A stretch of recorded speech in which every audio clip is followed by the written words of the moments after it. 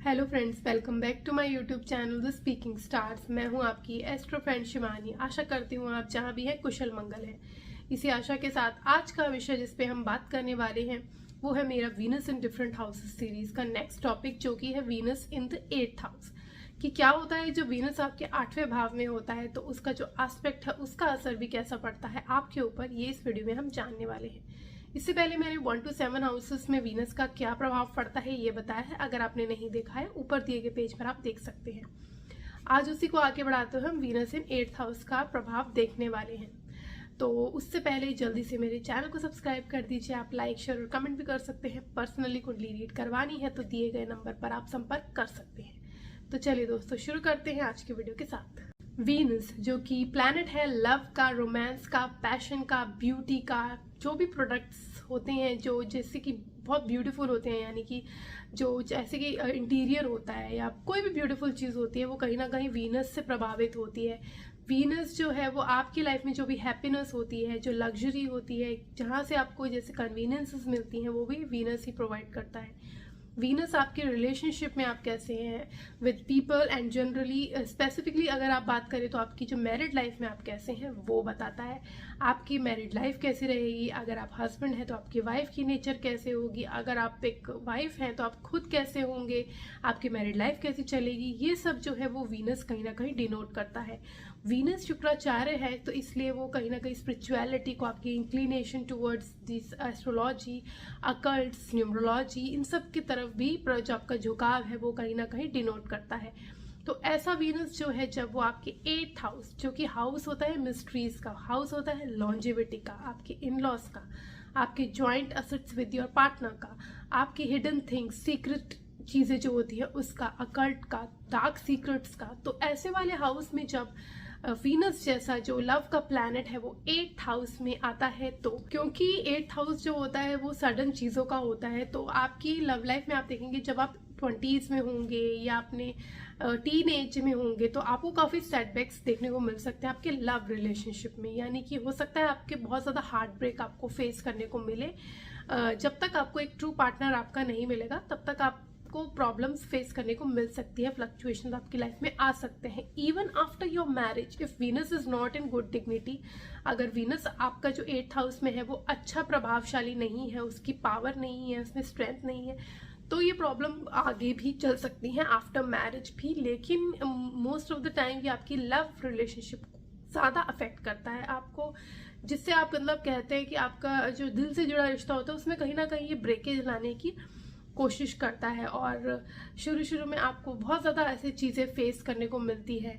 आपका जो हो सकता है जो रोमांस हो वो कहीं ना कहीं सीक्रेट हो, लोगों की नज़र में ना आए, ऐसा हो सकता है कि 8th हाउस सीक्रेसी का होता है, वीनस आपका लव है, तो आपका जो रोमांस है हो सकता है वो सीक्रेटली आप करते हो, या हो सकता है कि आपका जो स्टार्ट हुआ हो जो आपकी वाइफ या हस्बैंड जो आपका है, यानी कि आपकी जो भी, स्पेशली अगर आप हस्बैंड है तो आपकी वाइफ जो है वो आपको कहीं ना कहीं ऐसा हो सकता है कि आपको अलग जाके, अलग अकेले में मिले, मतलब बहुत सीक्रेटली मिले आपकी जो मीटिंग हो वो सीक्रेटली हो, पहली मीटिंग, या कुछ शुरुआत ही ऐसी हुई हो और रिलेशन जो है वो धीरे धीरे सीक्रेट चलता हो, जैसे होता है ना, ये सीक्रेट रखते हैं देन उसको रिवील करते हैं, वो हो सकता है। या फिर हो सकता है कि आपका अपने मैरिड लाइफ के अलावा भी कोई सीक्रेट रिलेशन हो।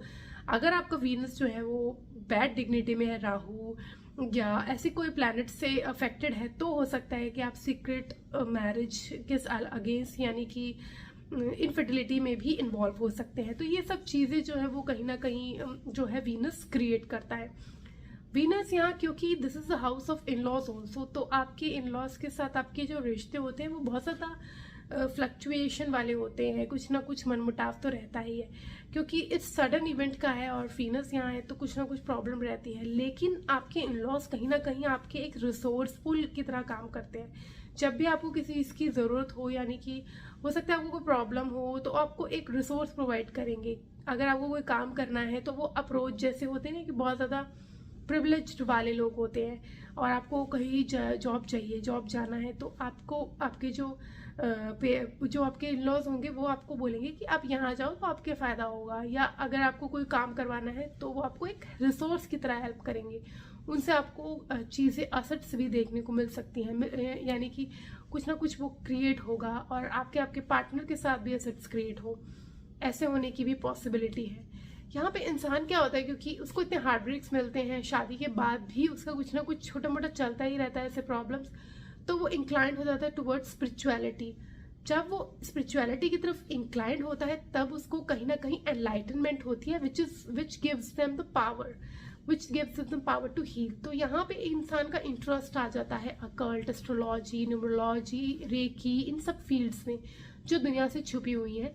तो इनको सीक्रेटली वो चीज़ें जो है पसंद होती हैं। वो बताते हैं कि नहीं बताते हैं लोगों के पास जाके कि हाँ हमें पसंद है, या वो मतलब ओपन करते हैं वो नहीं इसमें बता सकते, लेकिन इनको ऐसी चीज़ें पसंद होती हैं, यानी इसमें बिलीव करते हैं ये लोग। तो ये भी इनका एक अलग साइड होता है। और इनको क्या होता है कि बहुत ज़्यादा चीज़ें जो बहुत ज़्यादा ओपनली करने के अच्छा नहीं लगता, मतलब कि जो भी इनकी लग्जरी है, कन्वीनियंस है, अगर मतलब गाड़ी ले रहे हैं तो ये बोलेंगे कि पहले तो चुपचाप ही रहेंगे, किसी को बताएंगे नहीं, देन ले लेंगे तो सडनली पता लगेगा लोगों को, वरना ये खुद नहीं, मतलब ये बहुत ज़्यादा शो ऑफ वाले नहीं होते, ये अपनी चीज़ें जो है वो सीक्रेटली एंड साइलेंटली करने वाले होते हैं। तो इनको बहुत ज़्यादा बाहर चीज़ें दिखाना अच्छा नहीं लगता। दे बिलीव कि उनको मतलब वो चीज़ें जो है वो अफेक्ट करती है रिलेशनशिप को, या जो भी चीज़ें पॉजिटिव हो रही है उसको, ये चीज़ें जो अगर किसी को बताओ तो अफेक्ट करती है, इनकी कुछ ऐसी नेचर होती है। अगर आप एक हस्बैंड है तो आपको ऐसा फील हो सकता है कि जो आपकी वाइफ है उससे आपको मतलब हर चीज़, क्योंकि ये 8th हाउस जो है वो कहीं ना कहीं आपको एक फ्लक्चुएशन का, आपको बांधे रखने का है। जो आपके अपने जो पार्टनर उनके साथ रिलेशन अच्छे होंगे, क्योंकि इंटीमेट रिलेशनशिप का भी हाउस है विच इज़ वीनस, तो वीनस वो आपको अच्छा देगा ही। लेकिन आपको ऐसा फील हो सकता है कि आप बहुत रिस्ट्रिक्टेड है, हर चीज़ आपको अपने पार्टनर से पूछ के करनी पड़ रही है। अगर आप एक वाइफ है तो आप अपने जो पार्टनर हैं उनकी असेट्स पे, यानी वो कहाँ इन्वेस्ट करें, इन सब चीज़ों पे ध्यान रखते हैं, या कुछ ना कुछ आपको ऐसा चीज़ों के प्रति आपका जो है वो इंक्लिनेशन रहता है कि इन्वेस्टमेंट कहाँ हो रही है, आपका जो जॉइंट एसेट है वो कहाँ जा रहा है। और यहाँ पे जो जनरली इंसान जो है दोनों पार्टनर मिलके जॉइंट एसेट क्रिएट करते हैं, या बैंक अकाउंट खोलेंगे या कोई एसेट क्रिएट करेंगे तो वो भी दोनों मिलके दोनों के नाम से होगा, ऐसे होने के ज़्यादा यहाँ पे चांसेस रहते हैं।